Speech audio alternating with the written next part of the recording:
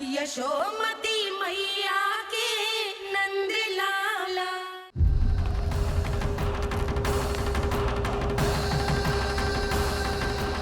आप तो मेरी प्रतीक्षा में पहले से ही खड़े हैं यमदेव।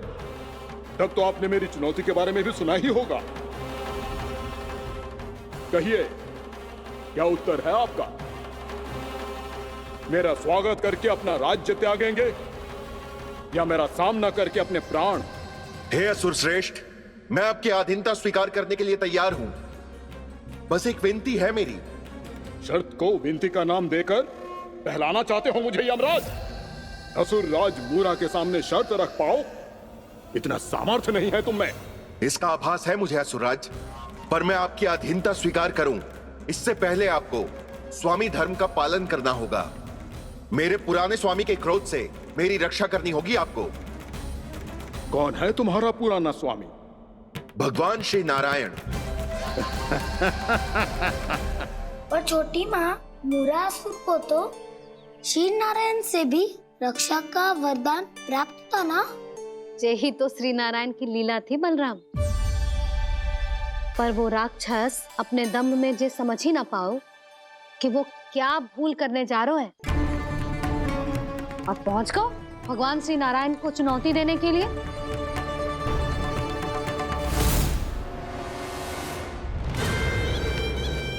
वहीं ठहर जाओ असुर राजमोरा।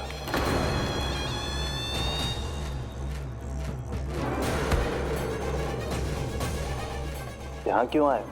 आपको पराजित करने और ये वैकुंठ जीतने, ताकि मैं यमलोक का स्वामी बन सकूं। फिर आओ, युद्ध भूमि में मेरा सामना करो।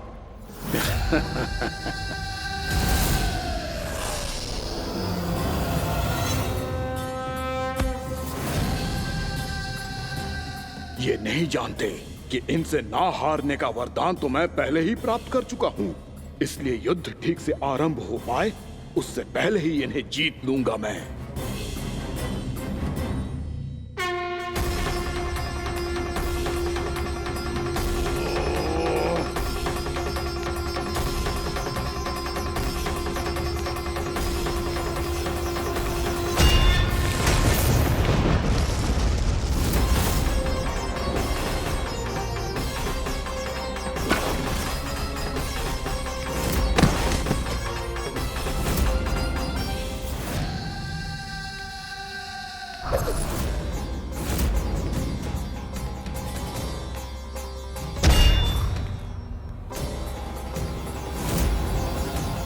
और इस प्रकार जे युद्ध वर्षों वर्षों तक चलता रहो।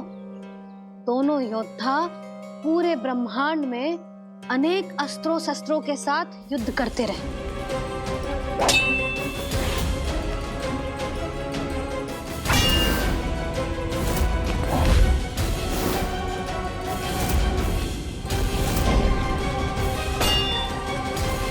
फिर क्या हुआ मैया?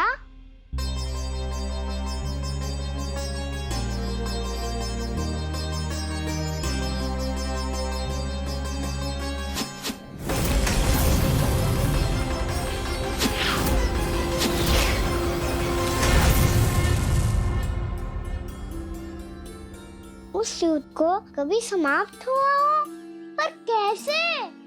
शीघ्र ही वो राक्षस थक गौ लल्ला।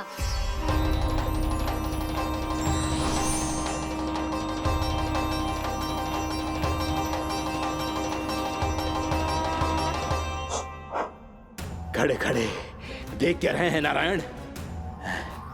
आक्रमण कीजिए, वध कर दीजिए मेरा।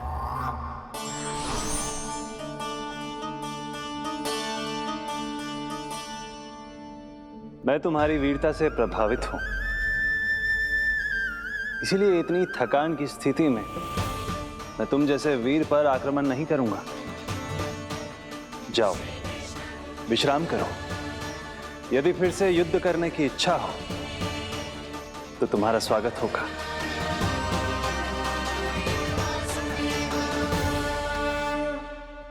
जे कह के श्री नारायण बद्रिका आश्रम चले गए। और वहां हिमवत नाम की एक कंदरा में ध्यान लगा के बैठ गए। उधर वो राक्षस विश्राम करने लगो। अनेकों दिन बीत गए और अब वो राक्षस मूरा फिर से स्वस्थ होके बलवान हो गया था। उसने अपनी सारी शक्ति फिर से प्राप्त कर ली थी। श्री नारायण ने उस पर दया करी थी, पर वो फिर से श्री नारायण को छलने को तैयार होगा।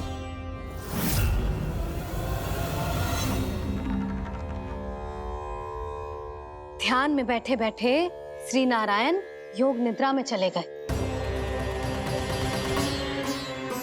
पर दुष्ट मूरा इसी अवसर का लाभ उठा के उनकी कंदरा में घुस आयो, ताकि वो सोते हुए श्री नारायण पे आक्रमण कर सके।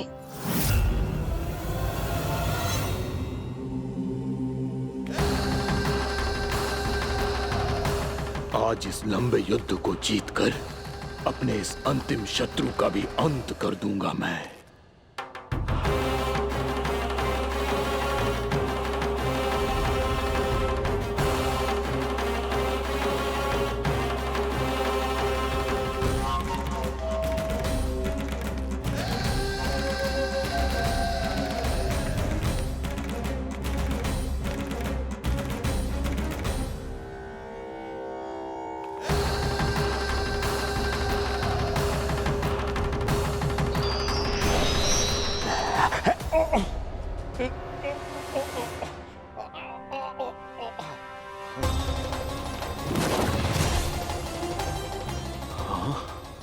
दुष्ट राक्षस, प्रभु ने तुझ पर दया की, तुझे संभलने का अवसर दिया। तू इन्हीं पर ही छल से वार करने चला है।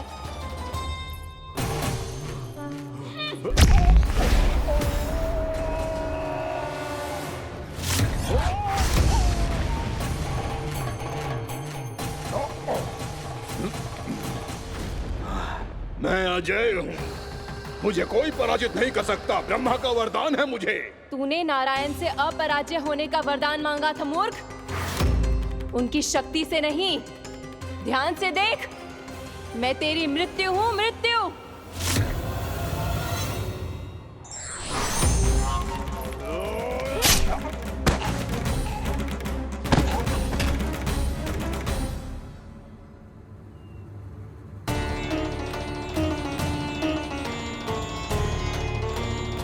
वो देवी कौन थी छोटी माँ? और कौन बलराम, वही तो थी देवी एकादशी।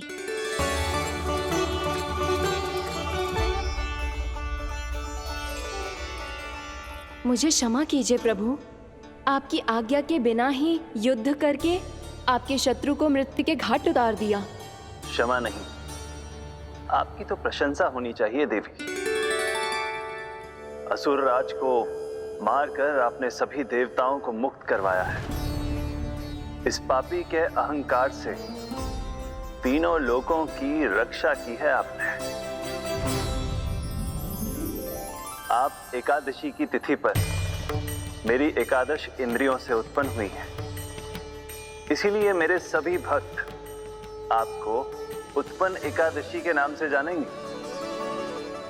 सभी तिथियों में आपका स्थान सर्वश्रेष्ठ होगा। जिस तरह आपने राक्षस के आक्रमण से मेरी रक्षा की है, उसी प्रकार एकादशी के दिन व्रत करके जो भी भक्त आपकी कथा सुनेगा, मैं स्वयं उसकी रक्षा करूंगा। जो आपकी पूजा करेगा, उसे मेरी विशेष कृपा प्राप्त होगी और उसके साथ साथ उसे मिलेगा धन, सिद्धि और मोक्ष।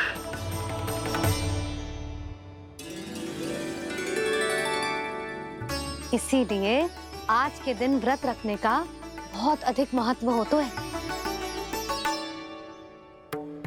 बोलो एकादशी मैया की जय। बोलो श्री नारायण भगवान की जय।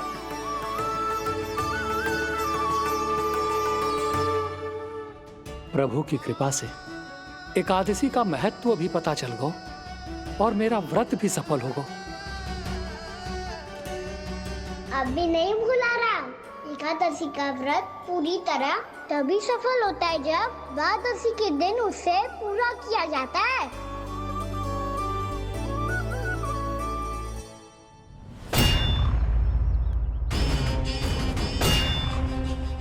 आवश्यक है आपको यह आभास होना कि उस विष्णु अवतार को पराजित करने के लिए आपके साधारण योद्धाओं में वो सामर्थ्य नहीं है। वो विष्णु अवतार कुछ अधिक ही असाधारण है।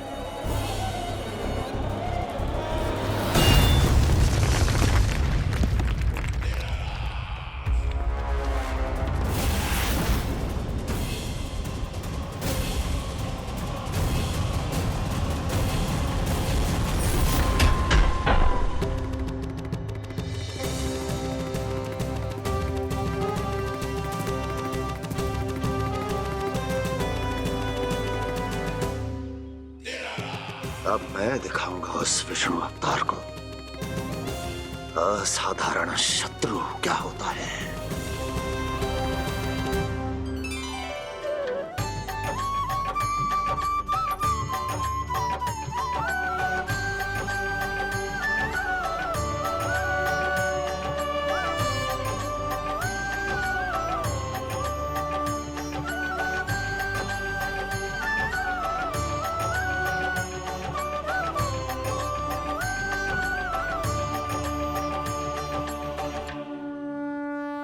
मामा अधीर हो रहे हैं, पर मैया ने मुझे अभी तक बाहर जाने की आज्ञा नहीं दी है।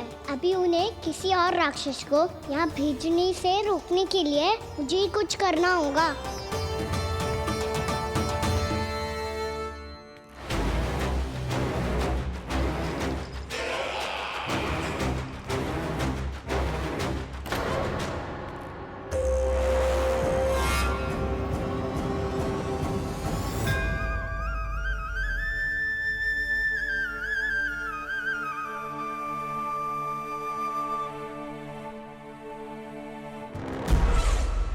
कौन हो तुम?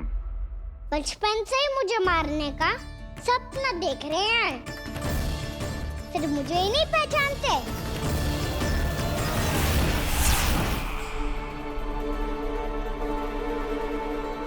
बचपन से विष्णु अवतार। कोई कान्हा बुलाता है तो कोई मुरलीधर पुकारता है, कोई माखन चोर कहता है, कोई कहता है चिच्चोर। पर विष्णु अवतार इस नाम से तो बस आप ही मुझे बुलाते हो मामा जी।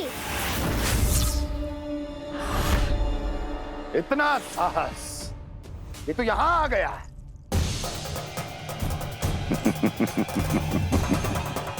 यहाँ आ तो गया तू विष्णु अवतार, किंतु यहाँ से जीवित नहीं जाएगा। तेरे इस शीश को तेरे धड़ से अलग कर दूंगा मैं।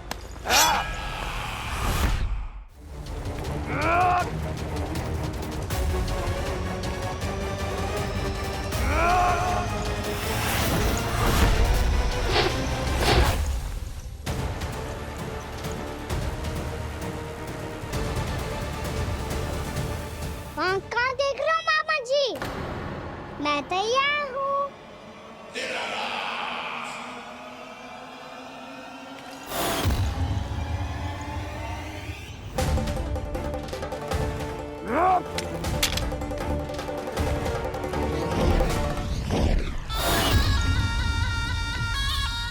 मामा जी, आप सदैव इसी तरह क्रोध में रहते हो क्या?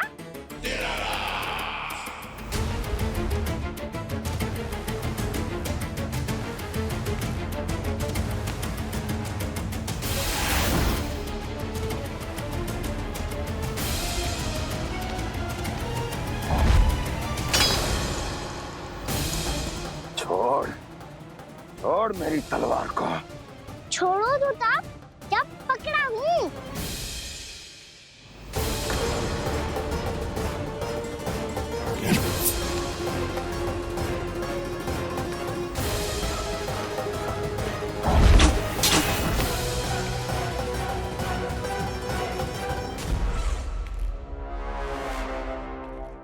मामा जी,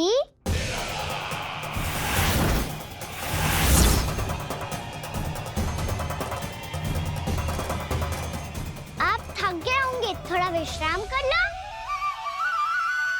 आपका तो पता नहीं, मैं अवश्य थक गया हूँ।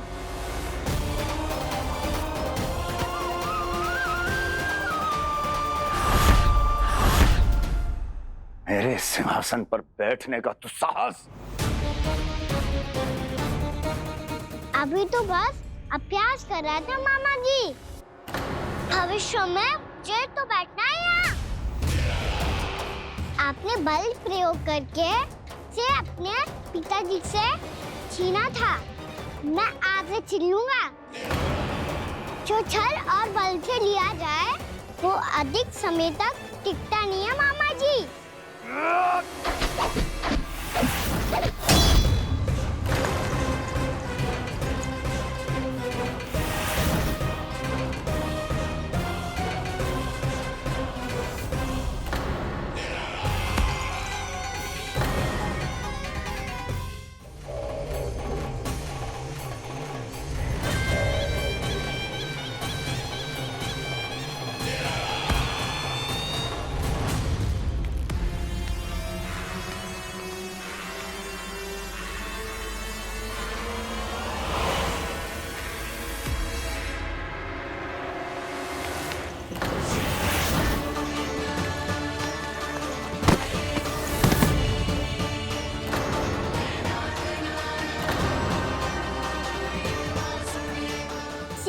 आपको ये सिंहासन छोड़ना होगा।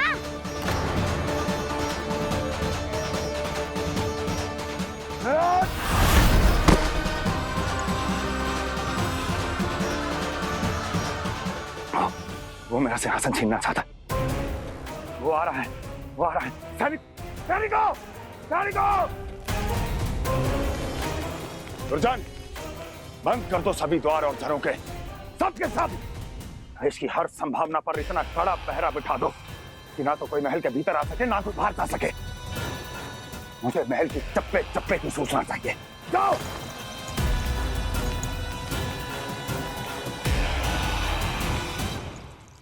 सिंहासन।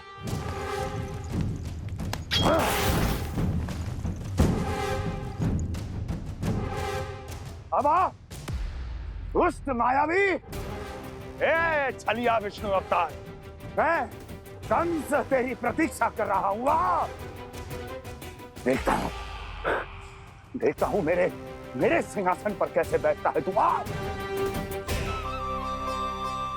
मुझे तो बस कुछ समय चाहिए था, वो मिल गया। अब करते रहिए आप प्रतीक्षा।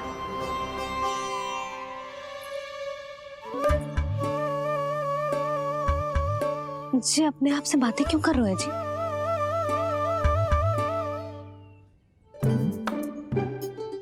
आप मुस्कुरा क्यों रहे हो?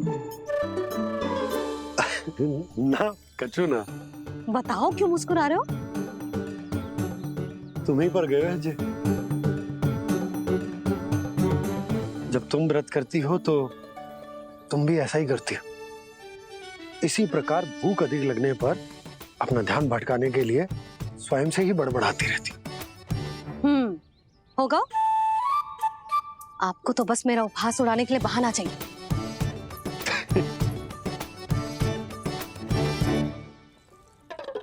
लल्ला, भूख लगी है? ना मैया, व्रत करे तो भूख कैसे लगेगी?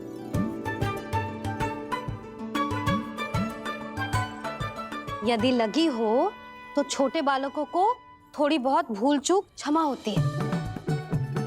कछु ना तो फल तो तू खा ही सकते है। अब तो पूरे नियम और विधि विधान से व्रत तोड़ूंगा।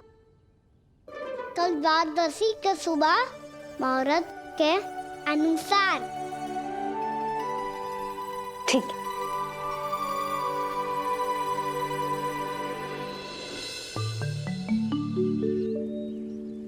लल्ला, एकादशी समाप्त हो गई है, द्वादशी लग गई है।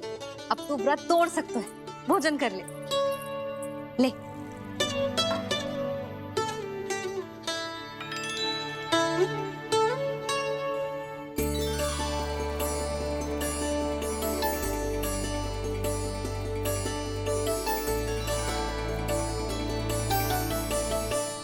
आज तो कार्य कर लीजिएगा।